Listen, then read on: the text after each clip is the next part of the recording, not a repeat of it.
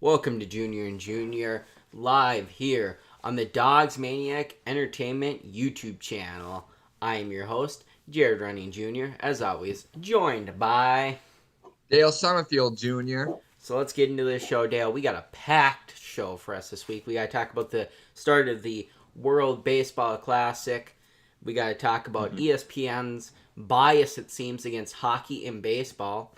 Then we got to talk about college hockey a lot there. We got the conference tourneys starting and wrapping up in men's hockey. We got the national tournament starting tonight in women's hockey. And then to Yep. close out the show, we got an album review, Evermore, from Taylor Swift. Semi-final of our tour of the Eras of T Swift. Next week, of course, we'll have Midnights, and then it's all over. So let's just get into the show here. Let's start with the WBC. Mm-hmm. A lot going on there. Going to be a hard tournament to cover just because of timing. It'll be a lot easier when games get going here in the United States, but when they're going over in Japan, they're starting at 5, 6 a.m. You just don't know who's winning each game. Mm-hmm. So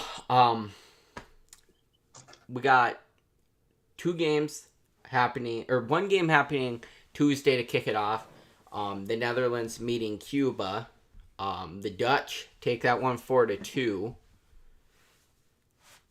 I don't know. I can't say that I even realized the WBC was going on, nor would I have cared to watch the Netherlands versus Cuba. Yeah, and I agree. And I know it's not important because I don't know if you'd consider it a WBC game, but you had Team USA facing the rest of the Giant squad last night, and you also had the Brewers facing Great Britain. So Yeah, those definitely are not WBC games, but no, but they're part of the WBC teams though. yes. Um, yeah, and then we got a huge rout. Panama meeting Chinese Taipei. Panama Mm-hmm. winning that one 12-5. Definitely looking like Panama's a team to fear out of their pool. But we'll have to see. I Mm-hmm. cannot for sure on that one yet. Yep. And then also yesterday we had Australia meeting Korea. Australia winning that one 8-7, a historic game for Australia. Um, Mm-hmm. I seen this. It's what was it I seen about it? There's something about it. Um, there's a reason why it was historic for Australia, and I think that it's because they could potentially actually go to the second round for the first time. I believe is what I seen. They pull off an upset here, and it opens up a viable path for the second round. But we'll Uh, see. Yeah, I don't know. And then that game late one, and then basically to end the night, Panama met the Netherlands. So Panama 2 games yesterday, essentially, and the mhm. Netherlands winning that one 3-1. So they now have 2 wins. Um, I don't know. I think Panama and the Netherlands probably the teams that come out of that pool, but we'll see. I don't know. I don't know. Well, well, yeah. I mean, I don't know. Yeah. I mean, so far, Panama just seems like a dangerous team. Like you would not think they would be. Why not? Panama's got MLB players. Well, they do, but like I'm trying to think who does Panama have? Hey, I don't know Panama's roster off the top of my head, so let's See, not get into like, that. But really, who's going to give them a run for their money? Like the Netherlands and Panama at the top of Pool A. And then rounding out Pool A, Italy, Chinese Taipei, and Cuba. Cuba maybe yeah. gives them a run. But outside of those three, that I don't see Italy or Chinese Taipei giving them a run for their money. So No. it's going to be Netherlands, it's going to be Panama, it's going to be Cuba, and really it's whoever comes out of that. Probably Panama Hmm. and Cuba battle who's going to move on because the Netherlands off to a 2-0 start. They got 4 games, so essentially one more win should lock the Netherlands in to advance to the actual tournament portion. But I don't know. I can't give you a 100% on that. What I can tell you though is that we move on, and then we got some games that are going on so far this morning at 5 a.m. Central Standard Time. China and Japan kicked off. Japan won that one 8-1, and then currently live, we got Italy going at it with Panama, I believe. Panama? Or no, Cuba. Italy going at Cuba. with Cuba. Okay, yeah, because the list here says Cuba. Yeah, I'm Italy going at with Cuba. Cuba currently trailing that one. You want to take a guess what the score is in the bottom of the 10th? 1-0. Nope. 5-0. 6-2. I'm pretty sure that I just gave Cuba too much credit, because Cuba's going to lose this game, probably. And that's not going to be a good start. Cuba 2-0 so far. 0-2 so far to start the WBC group play. Wow. Well, they're essentially dead in the water. mm-hmm. Here, though, I'll tell you a team to beat is Team Japan. Well, yeah, Team Japan. Shohei's stat line today: 4 innings, 1 hit, 5 Ks. At the plate, he was 2 for 4 with a double, 2 walks, and 2 RBIs with a run scored. Yeah. See with them, I believe that's Pool B over in Tokyo. Yeah. We're gonna see them in action later when we get to see the Czech Republic in China, and then also Cuba and Panama going at it. That right there, I think, is gonna end Cuba's WBC run. If they drop this game to Italy, it's over for them. They are gonna fall to 0-3 against Panama, I would assume, and that's what'll round out the day. Then tomorrow we get some more play out at pools A and B. We're just gonna go through the weekend here quickly. Korea, Japan, Italy, Chinese Taipei, China, Australia, and Panama, Italy. And Panama, Italy looking like an interesting game. Just 2 minutes ago, I wouldn't have told you this was an interesting game, but now that it looks like Italy's gonna upset Cuba, I don't know if it's an upset exactly. I don't know. Maybe Italy's an amazing team and I didn't realize it, but that's looking like a pretty sick game to end off Friday, starting at 11 p.m. Eastern time. I didn't realize these are Eastern time. So that means that 5 a.m. was Eastern time. Anyway, Panama, Italy. 11 p.m. Eastern time. I'm probably going to tune into that one if that's going to be a big one for their group. And then we move on to Saturday. And Saturday is when it really gets going, when all the pools are in play. Pools A through D. The Czech Republic, Japan, Netherlands, Chinese Taipei, Nicaragua versus Puerto Rico, Colombia versus Mexico, the DR versus Venezuela. The game that I will for sure be tuning into at 9 p.m. Eastern Time, 8 p.m. Central Standard Time. Great Britain versus the United States. Then we got the Czech Republic, Korea, Chinese Taipei versus Cuba to end off the day. And then we'll just go through Sunday quick. U.S. and play again, but Japan, Australia to kick it off. Netherlands, Italy, Nicaragua, Israel. I'm going to probably watch that Israel game. Garrett Stubbs, Philly's backup catcher, their third baseman. Great Britain, Canada. Venezuela, Puerto Rico, Mexico, and the U.S. That's a must-watch. And Australia versus Czech. I think Mexico has a hell of a team, Dale. What do you think? Mexico, yeah. Who they got? Luis Urias. Trying to think who else. I think Julio Urias as well. They got a lot of dominant guys. Like Mexico's a scary team too. Yeah, Mexico, a stacked roster over there. So then are they in Pool B then too, or Pool C, or what one are they in? Yes, they're in the same pool as the U.S., which I believe is Pool C. Yeah, because Pool A and B are playing. Yeah, so Pool C, well, I'll just go through the pools quick. Netherlands, Panama, Italy, Chinese Taipei, Cuba, Pool A. Pool B, Australia, Japan, Czech Republic, China, Korea. Pool C, going to be starting off Saturday. Canada, Colombia, Great Britain, Mexico, United States. And then Pool D, DR, Israel, Nicaragua, Puerto Rico, Venezuela. So let's just kind of, before we move on, who do you think's coming out of Pool A? Well, Pool A was Netherlands, Panama, Italy, Chinese Taipei, and Cuba. Panama. As of right now, I mean, 2 teams come out. Who's your other one? 2 teams. Panama and Italy. Okay, Panama and Italy. Yeah, because Cuba, with Cuba how they're playing, I don't expect them to even. Okay, so that does bring in the question though. You think Netherlands is going to blow this being 1 game away?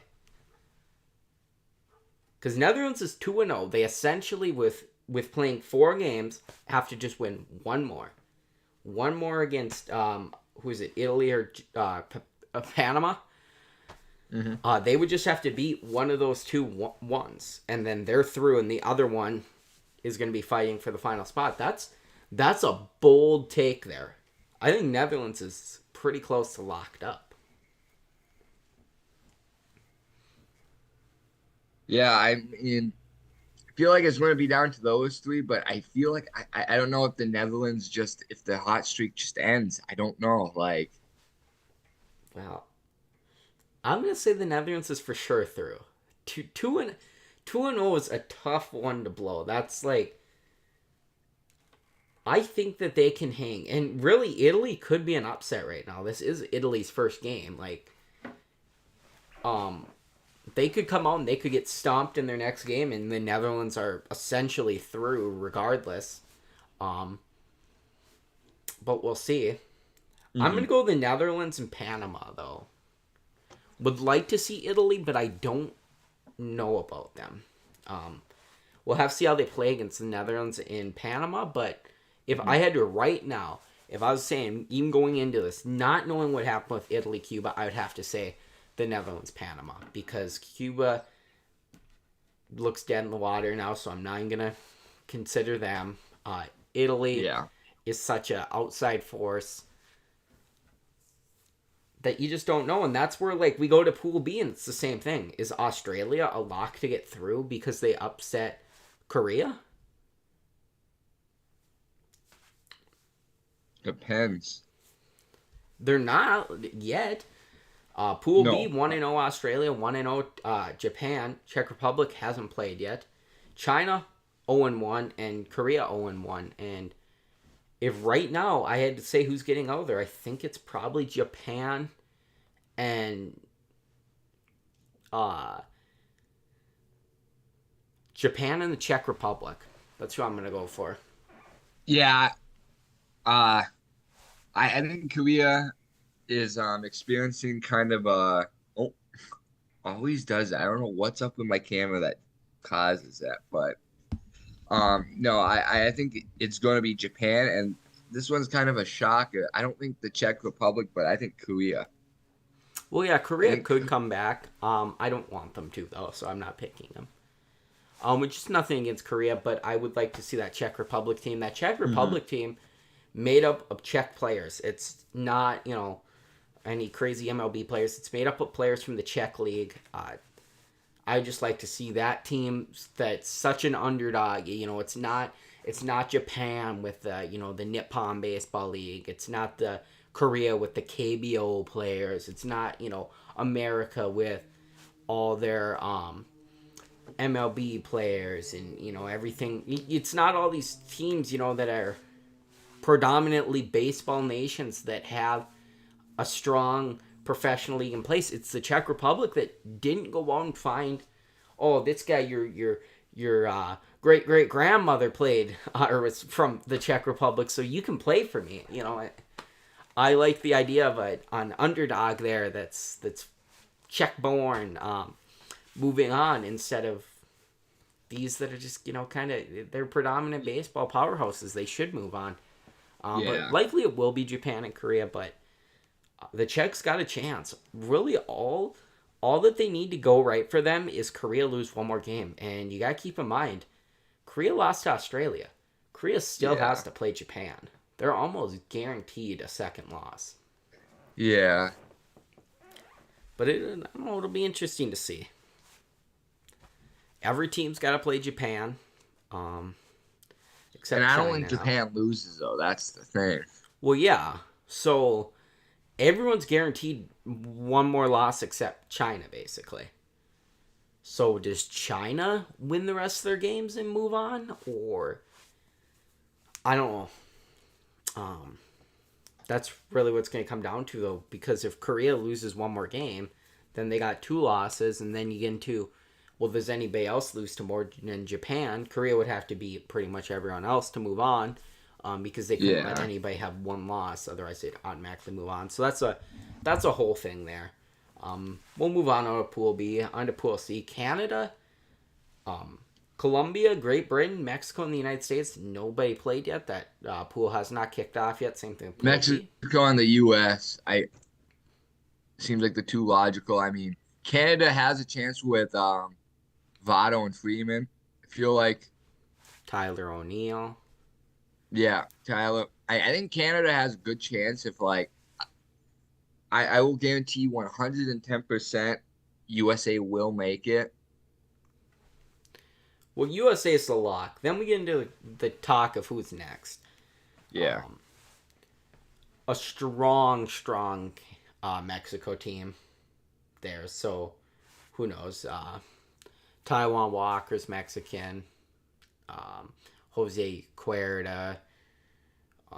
Jojo Romero. I'm just trying to. Patrick Sandoval.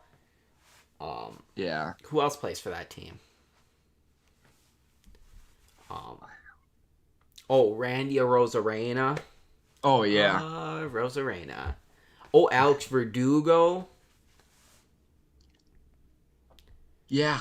And I mean, Great Britain, I don't expect them to at all. I mean, I can't think of any. No, Great Britain's a nice story of them being there, but I don't expect them to go anywhere. No. But no, I think it'll either be Canada or Mexico. I feel like because if you got Tyler O'Neill, you got Freddie Freeman. Can Colombia be counted out though? Colombia, like Jorge Alfaro, that like Colombia is a baseball nation. Yeah. Oh yeah.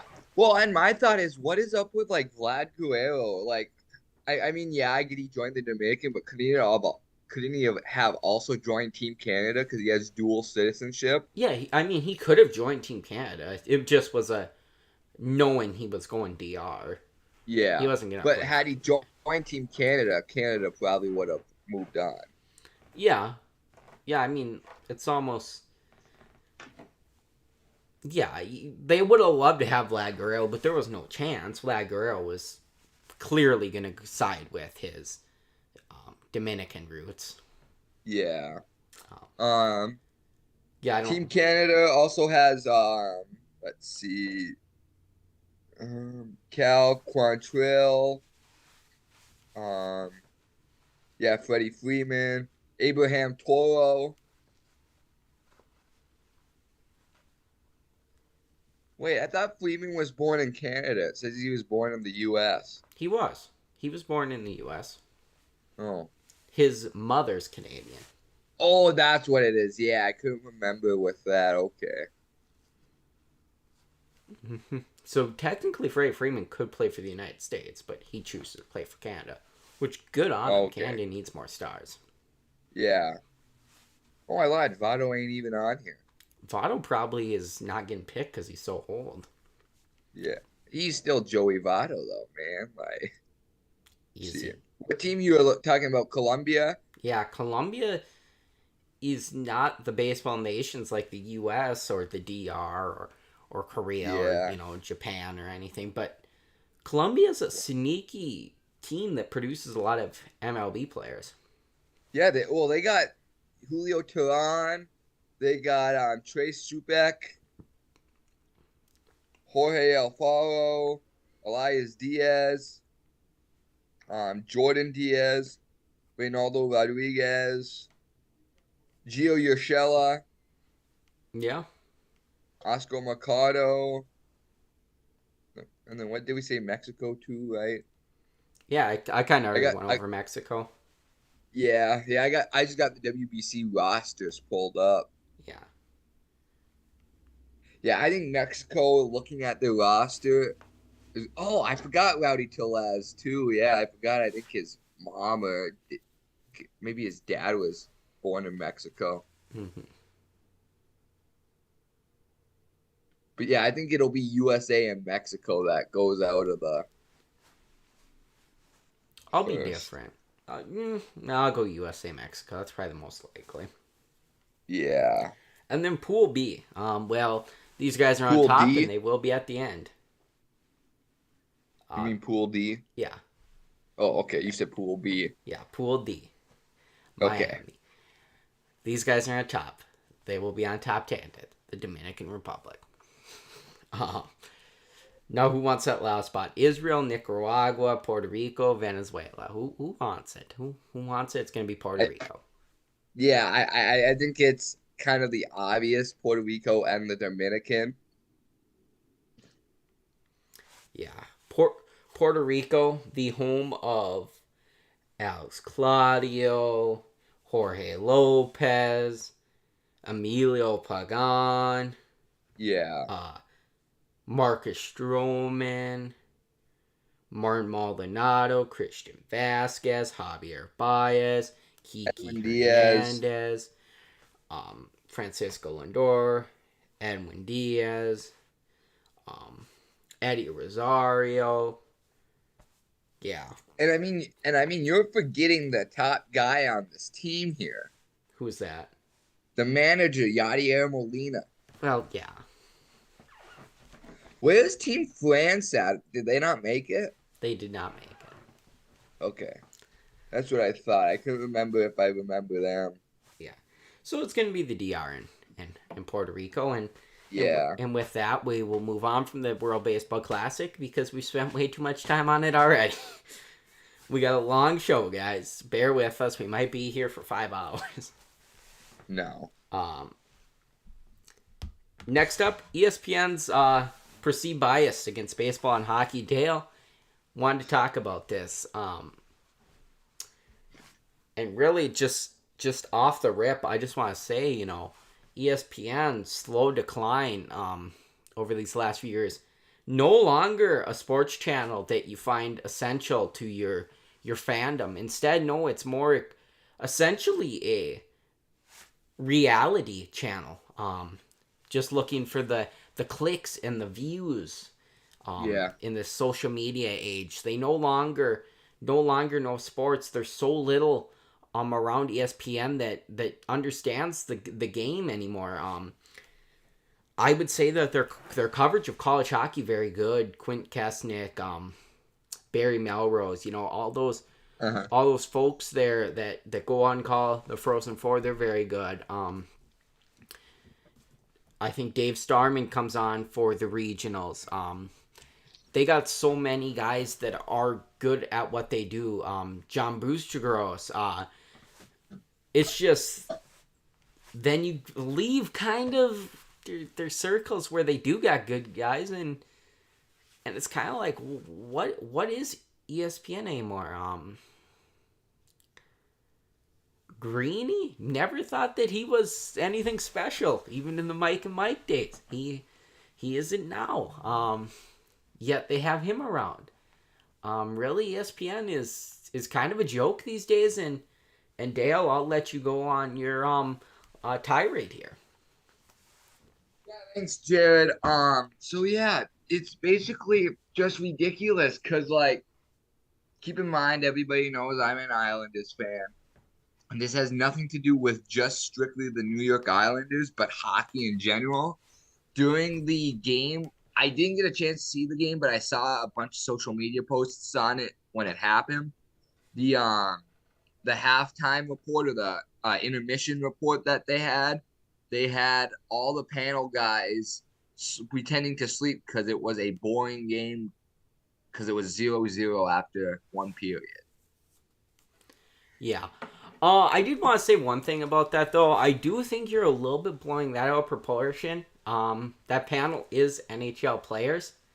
Um, so they're not intentionally taking the piss out of the game of hockey. No, but the other one, I'll tell you what really made me mad though about that is when the one announcer for the game, it was a Sabres Islanders game, and he's like, "Oh, let's stop talking about the Sabres and Islanders and talk about the Pittsburgh Penguins." What the hell does the Penguins have to do with the Islanders Sabre game? I'll tell you what the Penguins have to do with the Islanders Sabres game. The Penguins are 1 point behind the Islanders in the standings in their division. And if the Islanders continue to fall a little bit, the Penguins need to push for the playoffs. The Islanders and the Penguins share a division. That is a important race right now. 4 and 5 in the division. The top 3 make it, and then you got to hope for a wild card. So essentially, the Islanders and the Penguins right now are in the race for the wild card together. They're the 2 wild cards. If one falls off, the other's going to look to move ground on them. So really, I mean, they are kind of interconnected. While they're this close in the division, while they're the 2 wild cards together, you're going to hear their names connected. Yeah, but I mean, to just stop talking about that and going on something else is, I guess it wasn't really that game. It's just like they hardly ever have a hockey night. You know how they have football night or Monday night football? They hardly have that for hockey. Or, yeah, they have Sunday night baseball. But even then, it seems like when you watch, I remember being like back in second, third grade, they had highlights for hockey, football, baseball, basketball. Now you watch Sports Center in the morning. It's primarily just football and basketball. Yeah, okay, Dan. I'm just gonna correct you here because I know somebody will call you out on it. ESPN does do a hockey night. Like I never see it. Every see night, I'm pretty sure it. they run a game that's labeled hockey night. Right now, tonight is Oilers versus Bruins. Is that on ESPN? Mm-hmm. Or is that on ESPN Plus? Well, they can't put everything on ESPN. They could put it on ESPN2, ESPN News. Like, I think that I would rather see a game on ESPN Plus than a game on ESPN2 or ESPN News. I feel like that's more of a shot at the league if they put you on ESPN2 or ESPN News than if they put you on ESPN Plus, because they carry so many games on ESPN Plus that you can watch that it's, if one of you is on ESPN2, that's saying you're lesser and we can't carry you on ESPN Plus. Personally, I would want to be on ESPN Plus instead. And you do got to think about ESPN covering a hockey game on actual ESPN is likely not going to happen just because of the way things are in terms of what's on ESPN throughout the day. Like, what is... Okay, so at the same time, what's going to be on at the same time on ESPN? Is it going to be Sports Center? I don't know. I don't know what's 6:30 in their schedule. Yeah. But I do know that they're going to cover hockey night.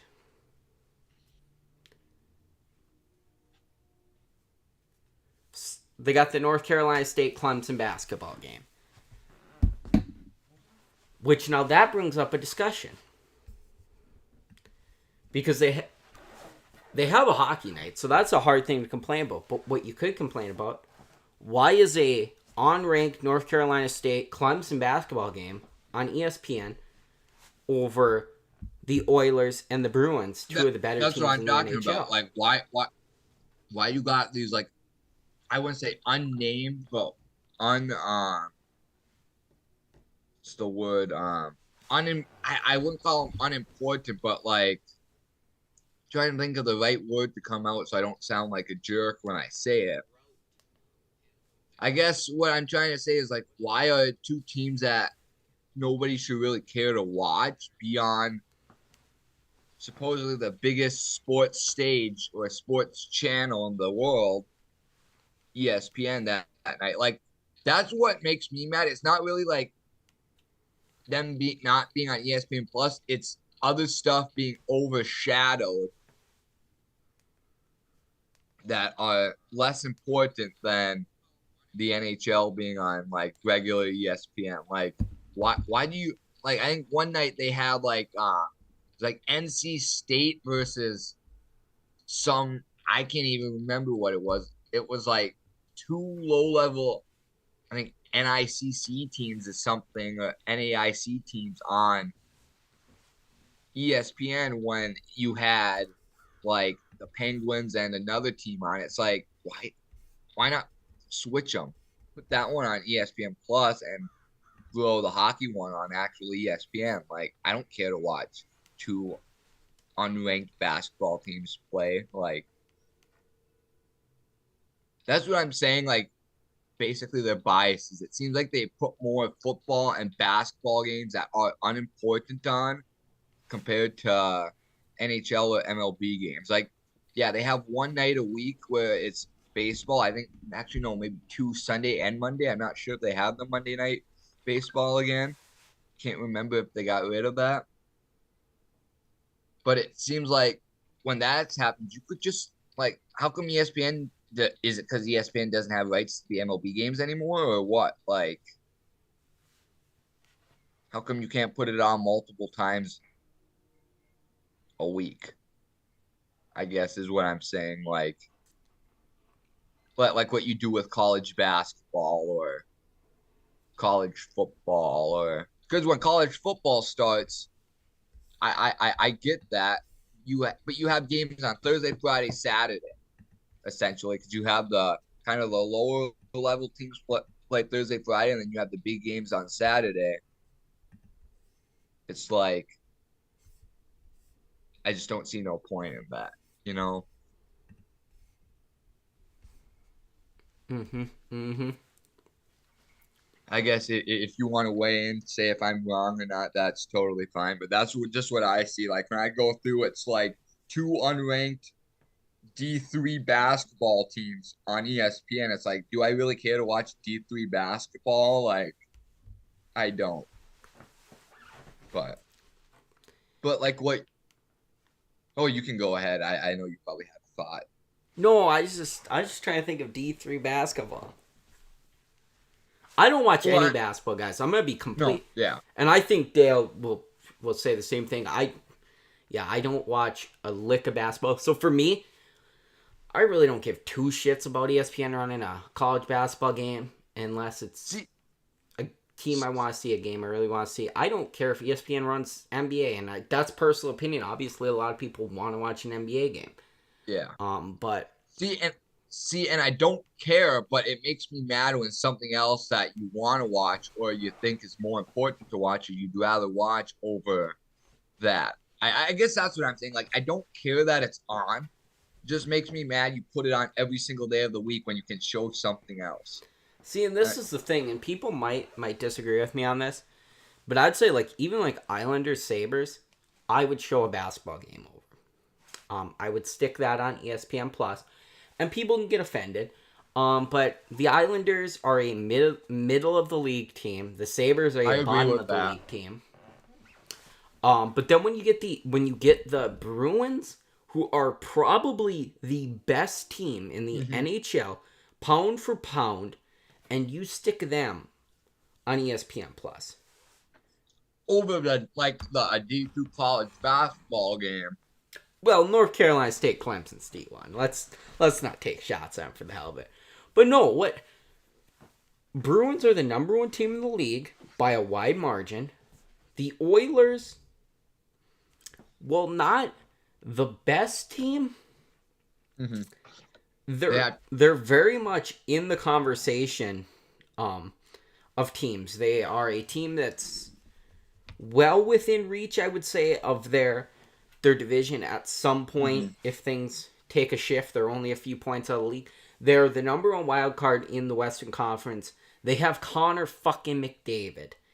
Yeah, and Leon Draisaitl, Evander Kane. I mean, they got guys that can. Yeah, they do have a ton of guys, but just strictly Look, for this example, they have yeah, Connor Mc, literally the best hockey player since Wayne Gretzky. yeah, Like, and you don't show, and you move them to ESPN Plus. That's I guess it wasn't really that Islanders game. It's just the fact that when you have two good teams and like all-star players like Shohei, you don't ever put them on. And that's going to be my next case is like, I know you might be able to back me up on this, but I don't know if our opinions differ on it. The whole East Coast, West Coast, the all this attention when it comes to baseball season, and then you have the Midwest, like even with the Phillies. I mean, I think the Phillies, did they have a lot of good airtime on Sunday Night Baseball last year? oh yeah, and hopefully they'll have less because they get killed when they play Sunday Night Baseball. But I'm just saying in general, it seems like the only games they ever have on Sunday Night Baseball are the Yankees or the Dodger games, like that, or the Angels or like the Mets. Like Yeah. that's all it. And I get, yeah, that's where your viewership's at.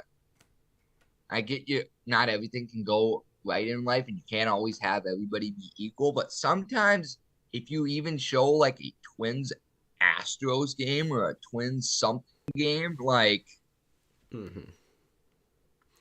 spice, like if there's a Sunday night game somewhere, like even if it's like in the Midwest or something, like if it's a Red Sox White Sox game in Chicago, like show that game. Like don't just go to an LA Dodger, a New York Yankee, or a Met game. Like I'm sick of seeing the same three teams and them just talking about them the whole time, like overhyping them. And Yeah. All right. Yeah, I could agree with you. I could, and but I don't know if that's as interesting if we don't have a look at the other side. So I'm gonna play devil's advocate in this situation. Um, I think we see too many Yankee Dodger games. I think Mhm. that we don't need to see those two teams. It feels like they'll go Yankees one weekend, and then I'll see the Phillies on there the next week, and they'll go, and we'll be back in the Bronx. Well, you don't need to go to the same city every 2 weeks. Mhm. But I'll play devil's advocate. The Midwest, in terms of baseball, is quite literally the Midwest. The two central divisions are quite middle tier. Mhm. You look but at but even but it seems like they don't even show the Cardinals. And don't get me wrong, the Cardinals are probably the best team out of both those well, divisions. and you see that's what I was going to go into. That is the one team I would say in the central divisions that deserves to be on Sunday Night Baseball. Apple TV baseball, whatever, Yeah. national TV. The Cardinals seem to be a team that's not quite of the level of some of the top teams. Astros another Midwest team there though. Essentially, they're in the West, but they're in Texas, and Texas is the Midwest. Mhm. So I would count them Midwest. I'd say the Cardinals and the Astros are teams that should be on national Mhm. TV. The Astros are heads above better than the Cardinals. Yeah. But why can't? And you got to put some logic in it. We could get a Cardinals Cubs game. Yeah, the Cubs Mhm. might not be good, but it's a rivalry. Yeah, it's Same, a historic rivalry too. yeah, same way you want to see the Mets and the Yankees go at it. Even if I don't care to see them, it's still a rivalry. Even if one team sucks, it's still the Subway Mhm. Series. Same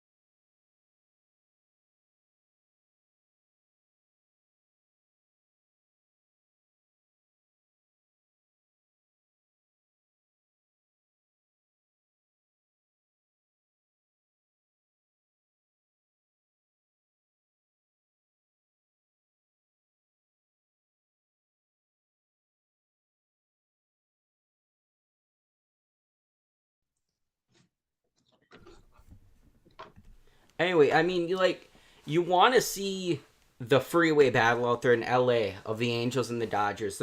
There's certain rivalries, and I'm noticing kind of a trend there with the East Coast, but there's certain rivalries you want to see, and the Phillies Mets is another one. Yeah. The Red Sox Yankees are another one I didn't mention. But there's rivalries you want to see on TV, and honestly, I don't know if the Central really has those to the same level. The Cardinals Cubs is really the only one I think of in like that top tier of rivalries. Yeah. I don't think the Twins White Sox is there. I don't think the Twins and anybody's there. I don't think I could say the Brewers Cubs is quite at the same level as the Cubs Cardinals. Well, but even with that one, the Brewers, when they won 96 games in 18 and going into 2019, I think they only had 3 games on ESPN that in that 2019 year when the Yankees had 21, 22, Yeah. and the Brewers were the best team out of the NL until they lost to the Dodgers. Like I believe they were the 1 seed, if I remember correctly. Yeah. But that's the thing. It's like they only show those teams, even though that year that Central squad was the best. Like that Brewer squad in 18 was the best to come out in 19, and you didn't hardly show them in 19. The only time you showed them was in that wild card game at the end of the year. Yeah, I think though that does have something to do with historically. Cuz I mean like look at it this way. Historically, if we took the last 10 years, who's probably been the better baseball team? The Yankees or the Brewers? The Yankees. They've been to how many ALCSs? It's just, Mm-hmm. I don't want to admit it, but the Yankees are a pretty damn good team historically. Yeah. And what ESPN has to look at, and I get people don't want to think about this because we're baseball fans. We're not a business like ESPN. Yeah. But what ESPN has to look at is how the Yankees play not only last year, how did the Yankees play the year before? How do we project the Yankees are going to play this year? When they're picking what they want for national TV, they got to look at stuff like that, and that's why we're going to see a lot of games from the Yankees because they always are projected to do well, and historically they do pretty solid at least. Yeah. And it's why we're going to probably see a lot more Mets games because of last year and the fact they continue to spend money and become a better baseball team. It's why we may not see as many Angel games after show. That's what I was. Yeah, I was going to say. I mean, you have like even like going back in. I know I apologize for interrupting you, but like talking about the Yankees, not enough Angel games. Like you got 2 teams here. You got Houston that just won the World Series, and you have Seattle up and coming. Julio Rodriguez. They spent money. They have a good team. They made the playoffs for the first time in 21 years. That could be your Sunday night baseball game. That's a rivalry. It's like in their division. It's a game a lot of people I think would watch.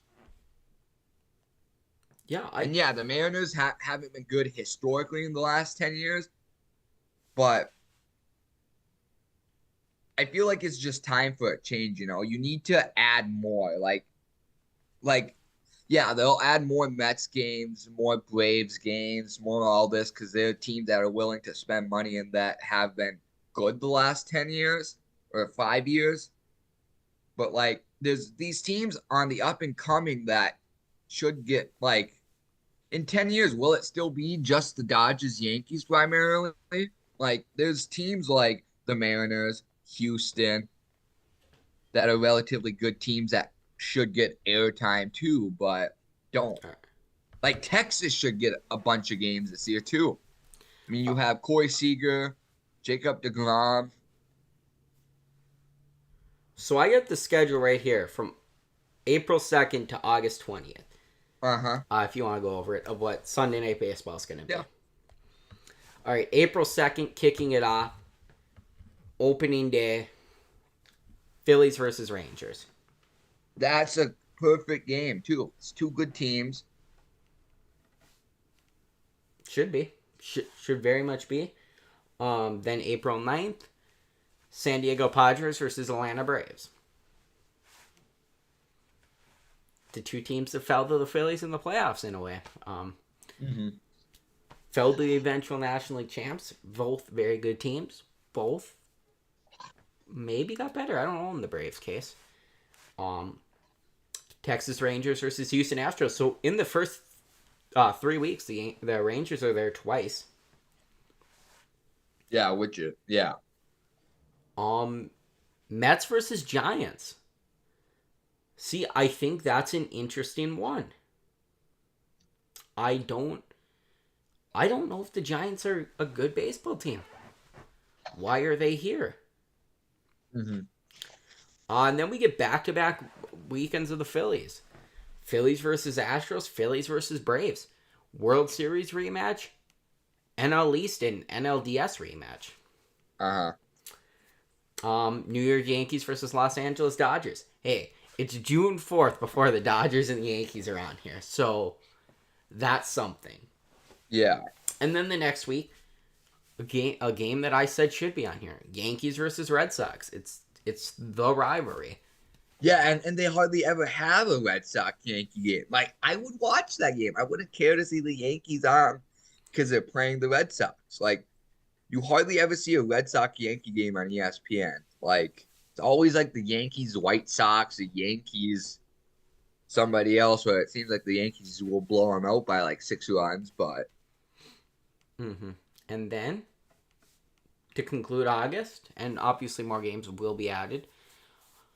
MLB Little League Classic, the Philadelphia Phillies versus the Washington Nationals. I honestly don't know about that game. Obviously, it's on there because it's a Little League Classic, but odd choice of the Nationals. yeah. But yeah, I mean, that's the scheduling. And really, interestingly, the Dodgers are there once and the Yankees are there twice, back-to-back weeks. Yeah. Um, But they're also able to flex games, can't they? Like the NFL or no, because they're set in no? stone. They have their Okay. times. Yeah, it doesn't. You can't Because I tell a can't team they're remember if playing they at ever noon. did. Because I thought at one time they did. Because I thought it was like one game was supposed to happen, but it was a rain delay, so they threw on a different game instead or something. Well, no, that might be a little different. That they might be able to do that, but that would be a little Yeah. different than flexing. Because flexing, you Yeah. take a game that's at noon But and yeah, move it and to. yeah. But I'm sure that if two games are going on at say 7 o'clock, and then the game they had planned wasn't good, they might be able to work something out with the regional broadcast and Yeah. buy the rights. That might be a thing. Yeah. I No, don't know. but no, like to just kind of wrap it up, I agree with you. Like I don't know how much we want to talk about it, but yeah, it's turned into reality TV. It seems like they talk more about controversies now and more about, I wouldn't say unimportant things, but stuff that I guess viewers really don't care to hear. In a sense, Yeah. like what you were talking with, from Mike Greenberg, Stephen A. Those shows, like nobody cares to hear about you ranting on about, like, I don't know if I would really want to go here, but like the whole Damar Hamlin thing, like them ranting on about that, like not ranting, but it was like they ranted about something one week, and it was like that's all that it was. Like they just screamed at each other for 25 minutes straight. It's like, you really think sports fans really care to hear you scream at each other for 25 minutes on who's the better NBA player? Hey, you know what they say? In the words of the great Eric Bischoff, controversy creates cash. Yeah. And that's what I guess that's what people want to watch. It may not be us, but there's people, I guess. Yeah, but just about you, like I don't ever remember ESPN being reality TV. That's all it seems to be nowadays is talk show after talk show after talk show. Like Yeah. like at 8 a.m., yeah, I remember them having talk shows, but even at like 11:30, 12, they still have talk shows on when they could throw on I don't know, some co- ironically college basketball game or something that's on at 12, even if it's tennis for crying out loud. Well, I mean, Like, and that's the beautiful thing about ESPN Plus that I think people do kind of miss in a way. uh-huh. Um, I don't think the ESPN main channel really means much these days because you're gonna watch whatever you want Yeah. regardless. I think about really the only time I use US ESPN is watch college hockey, to watch college baseball, to watch college softball. And really the last time I used ESPN was to watch I the last time I watched ESPN was the ESPN um, selection show for women's hockey. But Yeah. before that, it was to watch a college softball tournament, a college baseball tournament going on in Arizona and Florida. Hmm. And I was just switching back and forth between games. So, Yeah. hey, I Well, like the idea of ESPN Plus letting me go from game to game. well, yeah, and I guess just the thing that makes me mad about it is I don't want to go into it too much because I know we're kind of strapped for time, but it's just the way they give attention to certain sports, like what we were saying earlier. Like, it seems like they just in their talk shows and in their ESPN media guru, whatever they do, it seems like all they talk about is football. Yeah, it's the off season. I get that, but like seems like all they talk about all year round is football and basketball. They don't talk about baseball, hockey. The UFC is now one of the biggest things they got on ESPN Plus, and they don't hardly have any like analysts that are very. The UFC brought all over their analysts from Fox Sports, but they don't strictly have like good like how you have Adam Schefter, the beat reporter for the NFL. They don't ESPN really doesn't have a big UFC analyst guy that's very knowledgeable about the whole UFC. And you got Stephen A ranting on about Conor McGregor, and he hasn't fought in 3.5 years, 2.5 years. Mm-hmm. It's like it's just the I guess where they throw their attention to. Like they're talking about football right now. Yeah, I get it's a busy off season. I can't like uh why can't you talk about hockey or baseball? And that happened last week. Some guy was mentioning, oh yeah, it was who was the best team in New York? And the guy mentioned the New York Rangers. He's like, oh, they don't count. Stephen A said that. Oh, they don't count. It's like, why don't they count? They're a sports team in New York. He don't know him.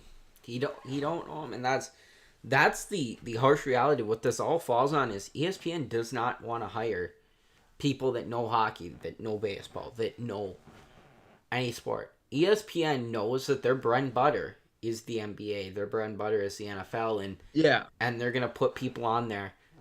They're gonna watch it. And I'm not going to, but I think ESPN's happy enough with the money they get from me from watching the sports that they do broadcast. Well, yeah, and I get that, and I mean, but it's like if you're a sports network, sports means a variety of different sports. So it's like, I get that's their bread and butter, but it's just disappointing to see like they don't put in the time and energy for baseball. They don't have a baseball talk show, or because you know how they have what is it, First Take? You have Stephen A. and you have like Dan Orlovsky, or you have the certain ones where it's you got the basketball analysts and the football analysts. They Hmm. don't have that for baseball or hockey. You could, I mean, like you could throw guys like that or create other like if you want to make it like a Skip and Shannon type show, do that, but do it with like baseball and have a baseball retired baseball guy or a retired hockey guy. Like get up with Gretzky, like Yeah, people Wayne would Gretzky ain't doing that.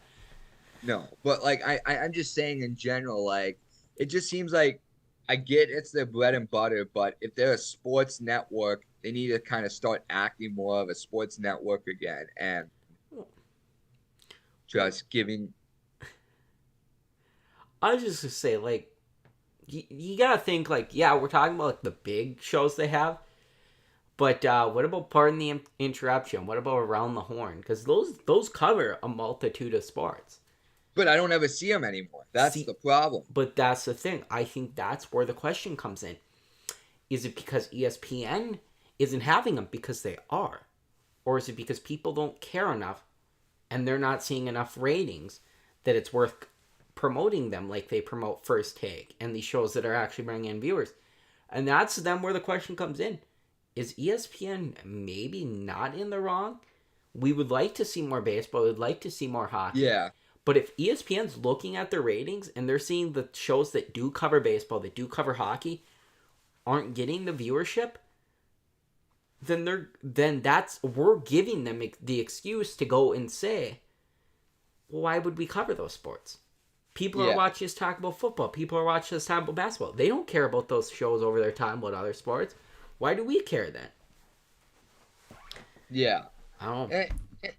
Yeah, I mean, I agree, but if anything, if that were the case, and figure something out, we brand to say you're not going to show any more baseball or hockey games, then like, Well, yeah, but you don't want to do that because there is that minute audience that wants to see that. There is that money and I know you're we're invested already.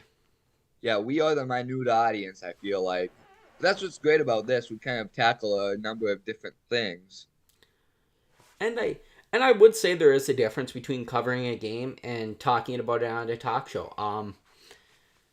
I'm more likely to watch a game between whoever than I am to go and watch people. And this isn't me taking shots at anybody from those shows I mentioned. I fan of them, but I'm more likely to turn on the Flyers versus Capitals than I am to turn on Pardon the Interruption or to turn on the White Sox versus fucking Oakland A's than I am to turn on Around the Horn or something. Like, yeah, same here. Like I'm more likely to actually turn on games and watch the games and watch Stephen A. and like the First Take people or the Get Up show or whatever the heck the show is. I'm more likely to watch an actual game than watch people as a talk show. And I get, yeah, that's what is now the kind of the bread and butter. But like, I guess I'm not old, but I remember at a time when I was younger, like that's all you saw. Like it was just sports on all the channels. It wasn't like hardly like it was cool going after school, going to my grandpa's house and watching Pardon the Interruption or Around the Horn for like an hour before I had to leave, and then they'd have another game on right after that. Now it just seems like it's like a talk show from 6 in the morning to about noon, and then you have a couple games on, and then it's the same thing. It's just like, yeah, like I agree with you. I'd rather watch games and listen to people talk. that brings up a question on, and we do got to wrap this up soon, but that brings up a Yeah. question. Is that what ESPN is seeing? Is ESPN seeing that their talk shows about other sports are floundering, but their actual games are on the rise? It's a good question. I don't work in ESPN. I don't know their analytics, but maybe that's the underlying point of this. That's why they don't talk about other sports, is because those topics don't do well on their talk shows. But then when they run the game, the fans come out in droves because the fans don't want to hear the talk shows, but they do want to watch the games. Whereas basketball fans want to see both. Yeah.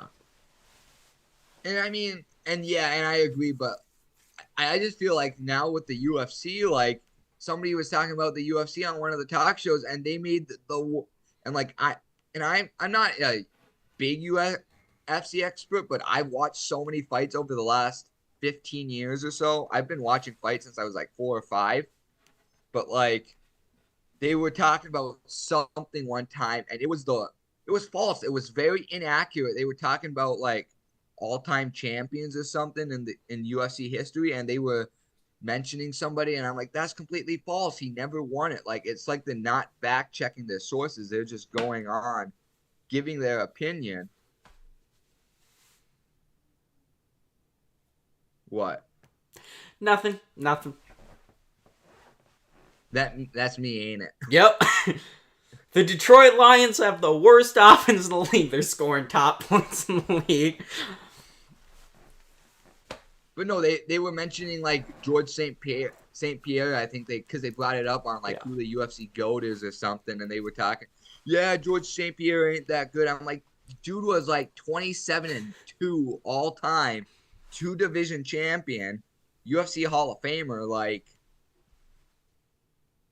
Yeah, there are some things that just cannot not happen on shows. You know, there's certain things you cannot say. They're just so wildly inaccurate. You can't get away with it.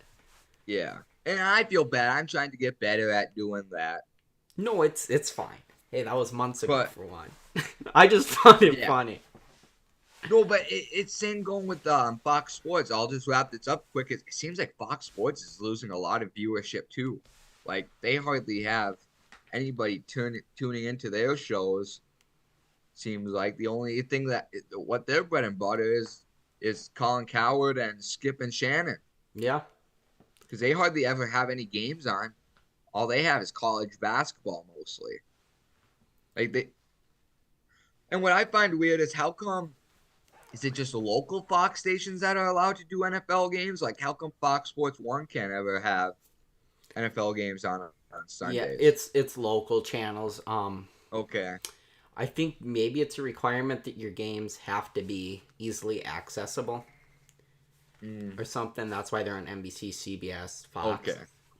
Yeah, because I was wondering because if Fox has that ability, why not throw another game on that's because like we only get like mostly the Minnesota Green Bay games where we are. Yeah. If like say there's like a Jets Bears game and like what they had last year, throw that one on Fox Fox Sports One or something too, so you can. But I don't know. I that's just what I think. I feel like both ESPN and Fox Sports are on the decline, but at the same time they're on the rise because of what they talk about. Mm-hmm. Well, let's go to a quick ad break, guys. When we come back, we'll talk college hockey. I'll try and make that fast because we are a long time into this show and we're just getting to the first ad break. All right, guys. See you guys right back here.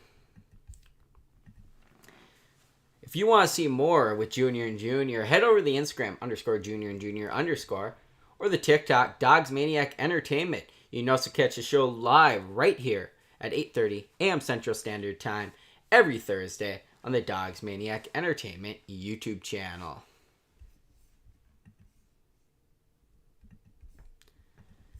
If you want official Dogs Maniac merchandise, head over to tpublic.com /UnityBlogsManiac to get all of the merchandise. We got the I Like Ike t-shirt. Welcome to the Dog Pound. Winning doggy style since 1965 and the Max and Zam plant approved plant pipeline. Once again, guys, head over to tpublic.com /UMD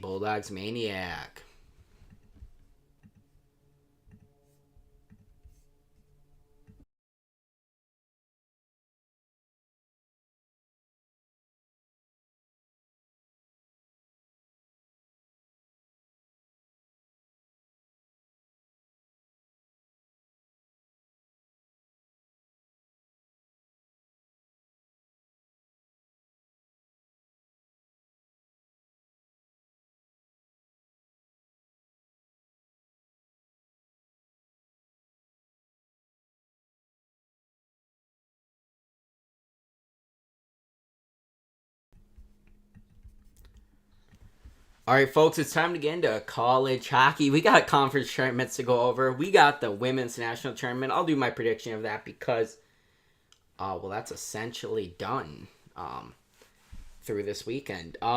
Dale, are you gonna join me by doing your random picks? Dale's feel of the week. Yes, Dale's Feel of the Week is back. I am ready for the random picks. All right, NCHC. We got the 1 seed Denver Pioneers versus the 8 seed Miami, Ohio Redhawks. Miami, Ohio Redhawks, of course, have Ludwig Pearson. Give me Ludwig and the Miami Redhawks. I mean, I got to. The way I seen him as goalie, I can't pick against him. All right, I'm going with Denver because Denver is heads above better than Miami, Ohio. But Nah, he's going to go on a hot streak and shut Denver down. all right, well that'd be cool. That would be quite cool. Yeah. Number 2 Western Michigan University versus number 7 Colorado College. Western Michigan. All right, I'm gonna go with the Broncos as well. Western Michigan moving on. Number 3 Omaha Mavericks versus number 6 North Dakota Fighting Hawks. Tough. Wow. Number 6 North Dakota. Okay, I'm gonna go with Omaha. I gotta save the alerts. And then lastly, number 4 St. Cloud State University versus number 5 Minnesota Duluth Bulldogs. Minnesota Duluth. I don't remember how I do this.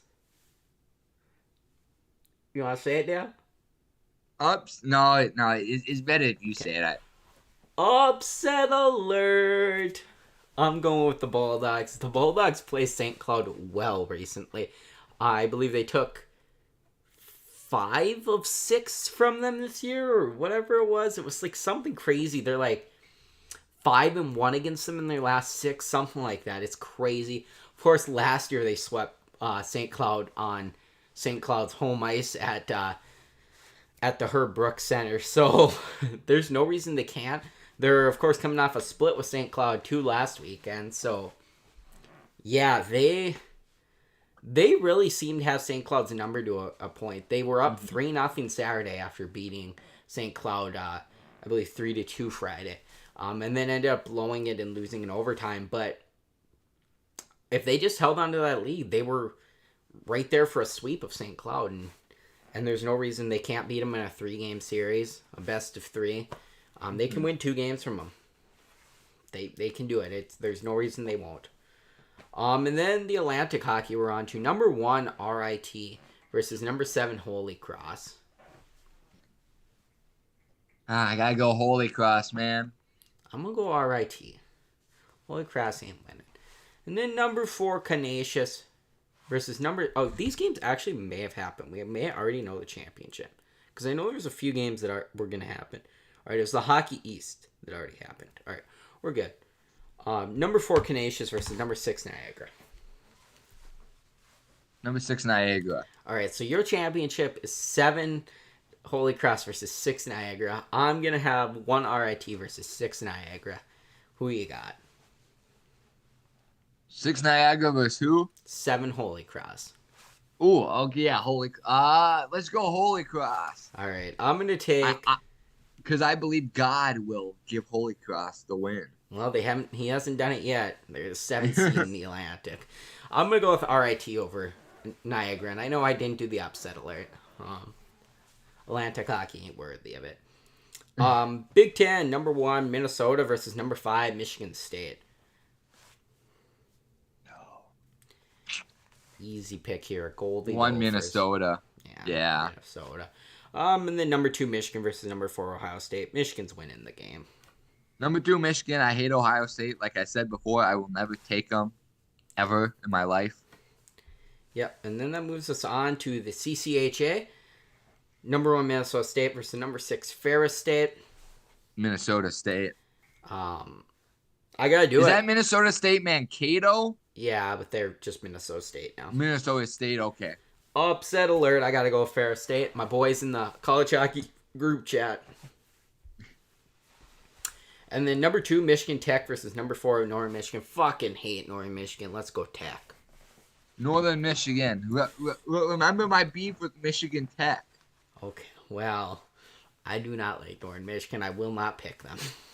I will not pick Michigan Tech then. The ECAC, number 4, St. Lawrence University versus number 5, Colgate. I gotta take Colgate total 0. Best toothpaste on the planet. I'm gonna go St. Lawrence. Number 3, Cornell versus number 6, Clarkson. Cornell. Clarkson. No, Cornell. Number 1, Quinnipiac versus number 10, Yale. Quinnipiac. Number 2, Harvard versus number 9, Princeton. Ooh, that's smart schools now. Let's go number 2, Harvard. Yeah, Harvard. Then we go over to the Hockey East. Number 4, UMass Lowell versus number 5, UConn. Upset alert. Number 5, UConn will take the W. Yeah, no, they won't. I'm gonna be going with trick ya. UConn's on home ice for that game, so UConn, which I don't know how that works. I'm like, what? I'm like, why are you going against me on that one? Like, Yeah, no, UConn's gonna win it. For some reason, they're on home ice over UMass Lowell, which I don't know how that works, but they are, so I'm gonna go with them. And then we got number 11 Vermont versus number 1 Boston University. number 1. I don't see the 11 seed beating the 1 seed. So Vermont's coming off of an upset of Maine 4-2 last night to advance here. Just so everyone's aware of these teams that moved on. Number 5 Boston College, or not number 5. Boston College won 5-2 over UMass, and Providence won 2-1 over New Hampshire. So that's how we know who's playing here in the Hockey East. For anybody who's curious, whoever is a curious George, and then number 2 Merrimack versus number 8 Boston College. I'm gonna go with the upset alert here because I like Boston College. Agreed. Boston College, yeah. And then number 3 Northeastern is taking on the number 7 Providence. I'm gonna go with Northeastern. I like myself a Husky, and they got Gunnar Wolf-Fontaine. Yeah, your doubting of Gunnar Wolf-Fontaine is gonna bite you in the ass because he's Gunnar Wolf-Fontaine. And then logically, the Hockey East tournament will conclude next weekend, so we don't gotta worry about all of that. Hoo-ha and, haka-ho. Now we move on to the Women's National Tournament, which, okay, we'll just go Columbus region. Ohio State, number 1, they play the winner of Quinnipiac versus Penn State. I'm going Quinnipiac. Quinnipiac. Penn State, good for them getting into the tournament. They were the last at-large bid. So good for them, but they're not going to win. And then that's going to set up Ohio State versus Quinnipiac to go to the Frozen Four. Quinnipiac. Hate Ohio State. Like I said, I will never take Ohio State. Well, Ohio State's going to the Frozen Four. You keep track of who's in your Frozen Four, Dale, because I'm sure ours are going to be very different. All right. I'll rate this. So I got Ohio State coming out of the Columbus region. Then we move on to the Minneapolis region. Number 2, Minnesota plays the winner of UMD, Minnesota Duluth versus Clarkson. Obviously, Clarkson's going to win this game. Obviously. No, it's going to be UMD. And then UMD's going to play Minnesota for the right to go to Duluth. UMD, this ends 2 ways for UMD. Either they get on a bus to go to Duluth as a participant in the Frozen Four, or they get on a bus to go to Duluth as the team that was just eliminated. Either way, they're going home. But you better go home on the right way. Yeah. So UMD is going to beat Minnesota, much like they did last year to go to the Frozen Four. Same thing. 8 seed versus 2 seed. Yeah, why not? Why not? Why not us? UMD has fell short. The last 2 years they've been in the Frozen Four, fell short. This time they're going to get it done. They're going to go all the way. UMD and Ohio State so far off to the Frozen Four. Hamilton region, number 3, Colgate, will face the winner of Wisconsin versus Long Island University. Okay. I want to pick Long Island University. I really do. I want to see them succeed, but they're not going to. Wisconsin's going to beat them. The WCHA is heads above better than every other conference in women's hockey. And Dale's going to clearly pick Wisconsin. Long Island University. Okay. Colgate versus Wisconsin for the right to go to the Frozen Four. Colgate. Give me the Badgers, the Lady Badgers. All right. And then the New Haven region, one game in this region, 4-seed Yale versus 5-seed Northeastern. I got Northeastern. Upset kind of alert. I'm going to send Northeastern to the Frozen Four, which would mean my Frozen Four is out of the Columbus region, Ohio State, out of the Minneapolis region, UMD, out of the Hamilton region, Colgate, and out of the New Haven region, Northeastern. Mine is Quinnipiac, UMD, Wisconsin, and Yale. Okay. So I believe it would be Ohio State versus Yale for you, and UMD versus Colgate. And then for me, What? Wait, what? you'd have Ohio State versus Yale. Why? Or, I mean, you would have Quinnipiac versus Yale, Yeah. and UMD versus Wisconsin. Yeah. Yeah, I was combining my bracket with yours. Oh, okay. And then I'd have Ohio State versus Northeastern, UMD versus Colgate.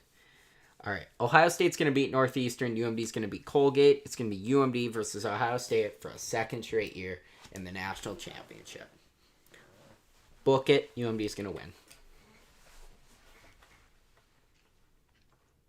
This puts me in a tough spot for that Frozen Four game. I got Yale advancing. I know that for a fact. I have Yale going to the championship game. Okay. The one Frozen Four games, oh my God, this is difficult. I think it's going to be Wisconsin. I think Wisconsin will beat Yale. Wisconsin beats Yale in the championship? Yep. Okay, that's bold, my guy. Bold. We'll see. Do not listen to Dale's bracket because that is all feels, and they will 100% not be falling that way. For one, the number one team in the country, Ohio State, is likely not losing, and it'd be something to see all these upsets occur in half of the regions. But we'll see.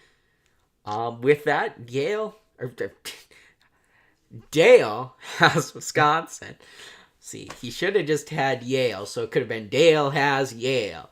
I can always change to Yale, though. If you want me to change to Yale, I'll change to Yale.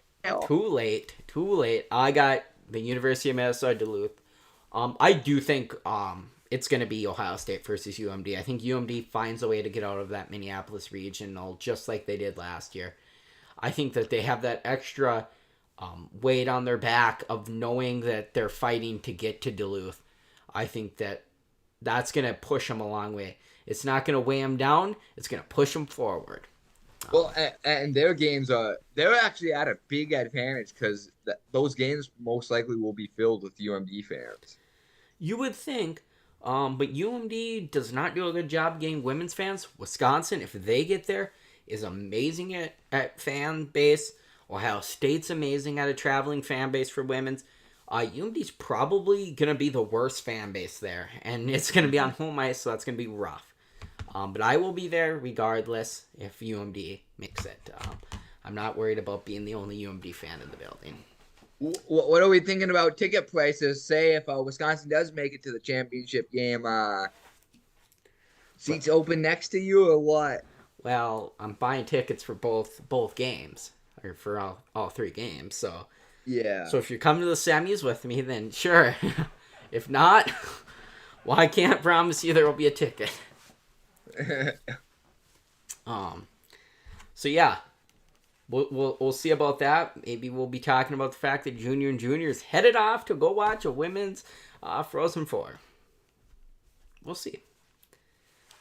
With that, though, we will take a very short ad break. We will come back and we will talk Evermore from Taylor Swift to conclude the show. All right, guys, we'll be right back here in a minute.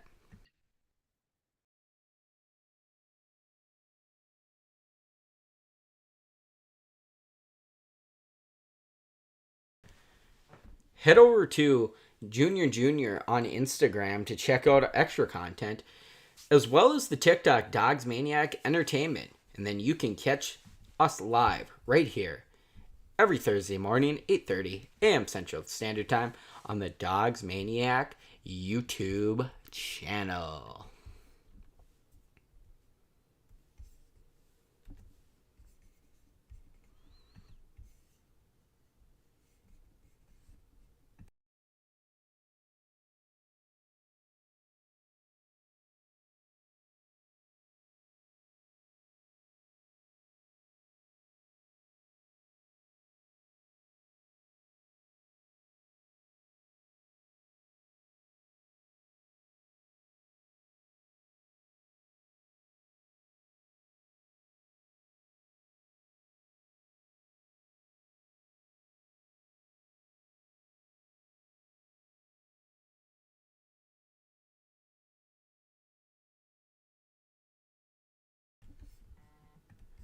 All right, folks, it's time for our album review this week so we can conclude the show.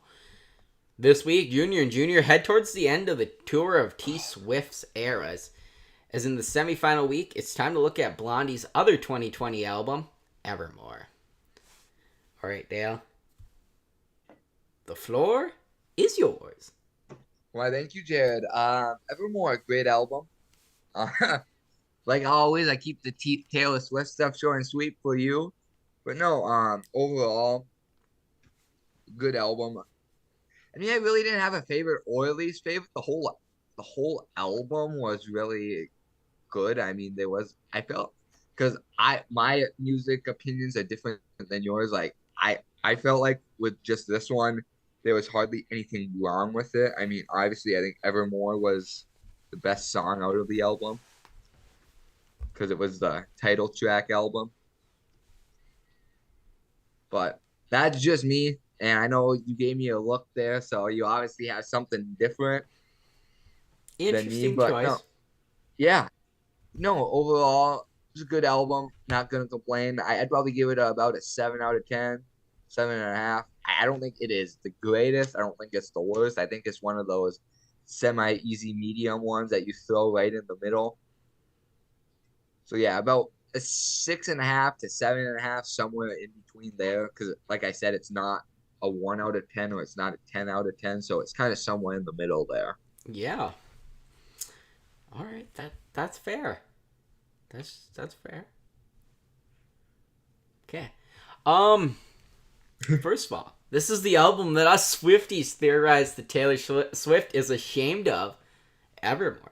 Honestly, if Tails actually ignores this album because of being ashamed of it or something, please, really, you shouldn't. Because even if I find it to be one of her bottom albums in her discography, I once again have to say that means nothing. Because Taylor Swift is Taylor Swift, and everyone else is just that. They're just everyone else.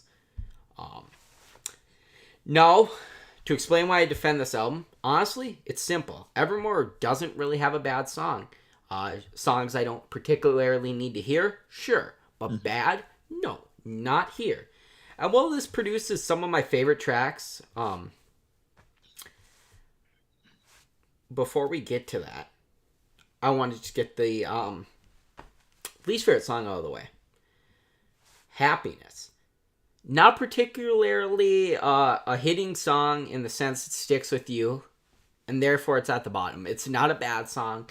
Like I said, not a bad song on this album. Songs I don't particularly need to hear, yes. And that's what Happiness is. I don't hate when I hear it. I don't hate when I listen through Evermore that it's there. It's not like, I gotta skip this.